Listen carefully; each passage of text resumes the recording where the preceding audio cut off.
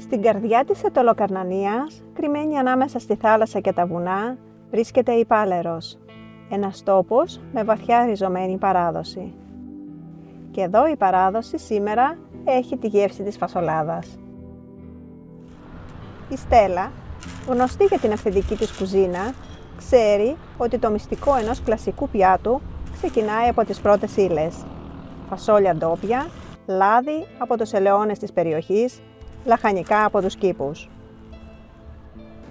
Η φασολάδα είναι η ψυχή του Έλληνα. Είναι ένα φαγητό παραδοσιακό, ελληνικό, με παιδικές μνήμες της μαμάς, της γιαγιάς. Καθαρά ελληνικό φαγητό. Όλα ξεκινούν από το μούλιασμα. Θέλει μία νύχτα υπομονή. Ρίχνουμε τα φασόλια μέσα στην κατσαρόλα, τα αφήνουμε με το νερό όλο το βράδυ. Καλώς ήρθατε στην Πάλερο. Για να φτιάξουμε μία παραδοσιακή ελληνική φασολάδα θα χρειαστούμε 1 κιλό φασόλια, σέλινο, καρότο, αλάτι, κρεμμύδι, ελαιόλαδο τοπικής παραγωγής και στο τέλος τα λεμόνια μας. Τα φασόλια μας έχουν ήδη μουλιάσει από το βράδυ, θα αλλάξουμε το νερό, θα βάλουμε καινούριο καθαρό νεράκι και θα το βάλουμε στη φωτιά. Θα κόψουμε το σέλινο για αρχή, σε μικρά κομματάκια.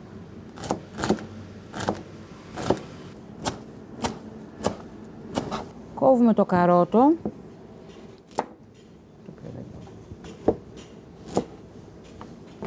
Καθαρίζουμε.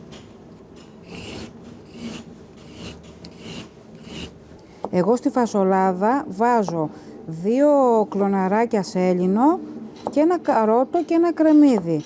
Η καθεμία όμως νοικοκυρά μπορεί να χρησιμοποιήσει όσο θέλει και νομίζει αυτή.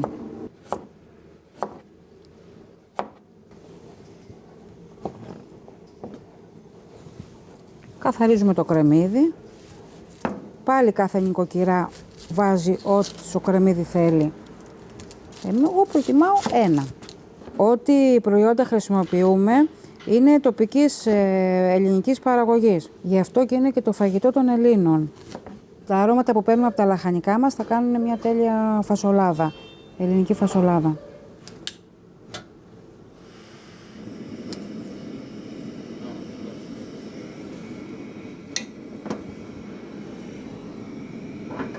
Θα ρίξουμε το καθαρό νερό μέσα στα φασόλια μας και θα τα αφήσουμε να βράσουν. Μόλις πάρουν μία βράση, θα το κλείσουμε και θα αλλάξουμε πάλι νερό.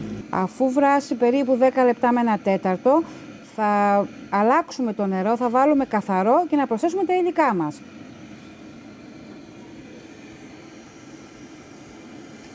Θα ρίξουμε το σέλινο, το καρότο και το κρεμμύδι. Το λάδι και το αλάτι στο τέλος.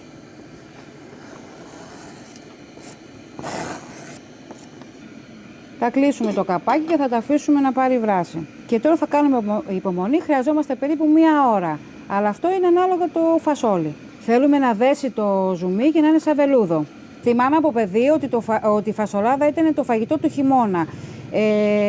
Η φασολάδα λέγεται και το φαγητό του φτωχού. Αλλά είναι ο βασιλιάς της κουζίνας. Λίγο πριν να ολοκληρωθεί η διαδικασία του μαγειρέματος θα προσθέσουμε το λεμόνι,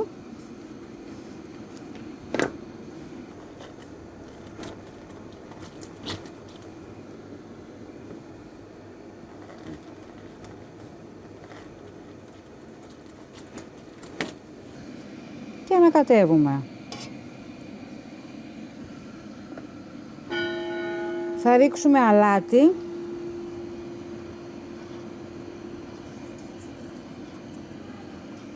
Και στο τέλος θα προσθέσουμε το ελαιόλαδο.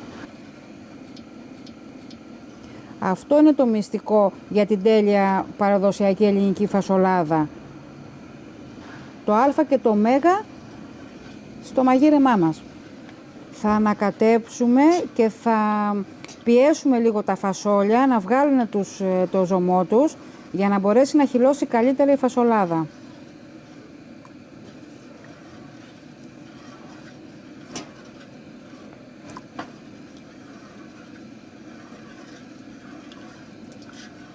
Η φασολάδα μας είναι έτοιμη και πάμε για σερβίρισμα.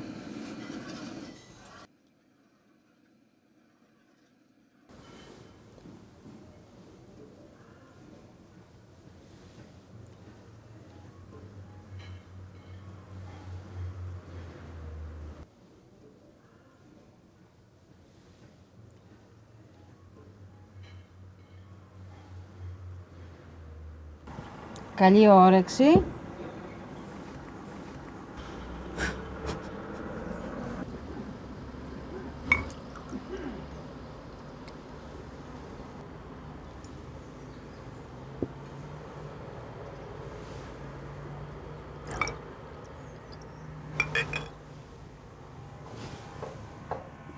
Η Στέλλα κρατάει τις συνταγές όπως παλιά, όπως τις ξέραμε, όπως τις θυμόμασταν από παλιά. Ελάτε στην Πάλαιρο να δοκιμάσετε τα τοπικά προϊόντα μας, για να σας δείξουμε την ελληνική φιλοξενία μας. Στην υγειά μας, καλώς ήρθατε. Ωραία φασολάδα πάντως. Ωραία. Όντως. Πολύ καλή.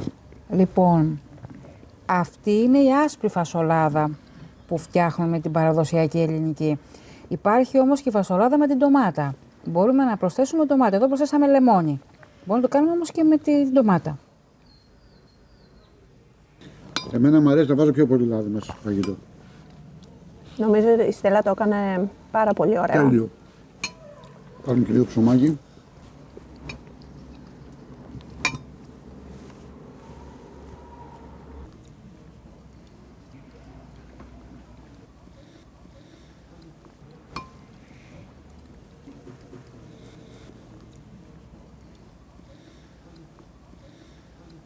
Να σας ευχαριστήσουμε θερμά για την ελληνική φιλοξενία και παράδοση όπως την κρατάτε εδώ στο χωριό σας, στην όμορφη Πάλαιρο Αιτωλοκαρνανίας. Είμαστε ευγνώμονες που μας υποδεχθήκατε εδώ στο σπιτικό σας. Και εμείς ευχαριστούμε πάρα πολύ που ήρθατε στο χωριό μας, στην όμορφη Πάλαιρο, και ελπίζουμε να μας ξανάρθετε. Θα προσπαθήσουμε να ξανάρθουμε και πάλι. Σας ευχαριστούμε πολύ.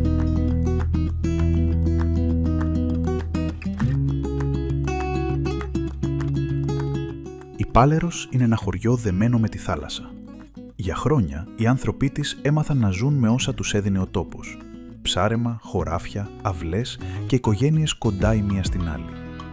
Εδώ η ζωή δεν βιάστηκε να αλλάξει. Κράτησε συνήθειες, γεύσεις και τρόπο ζωής. Και αυτή η φασολάδα που είδαμε σήμερα δεν είναι απλώς ένα φαγητό. Είναι κομμάτι αυτής της καθημερινότητας. Μια κατσαρόλα που βράζει αργά, όπως αργά κυλάει και ο χρόνος σε τέτοια χωριά.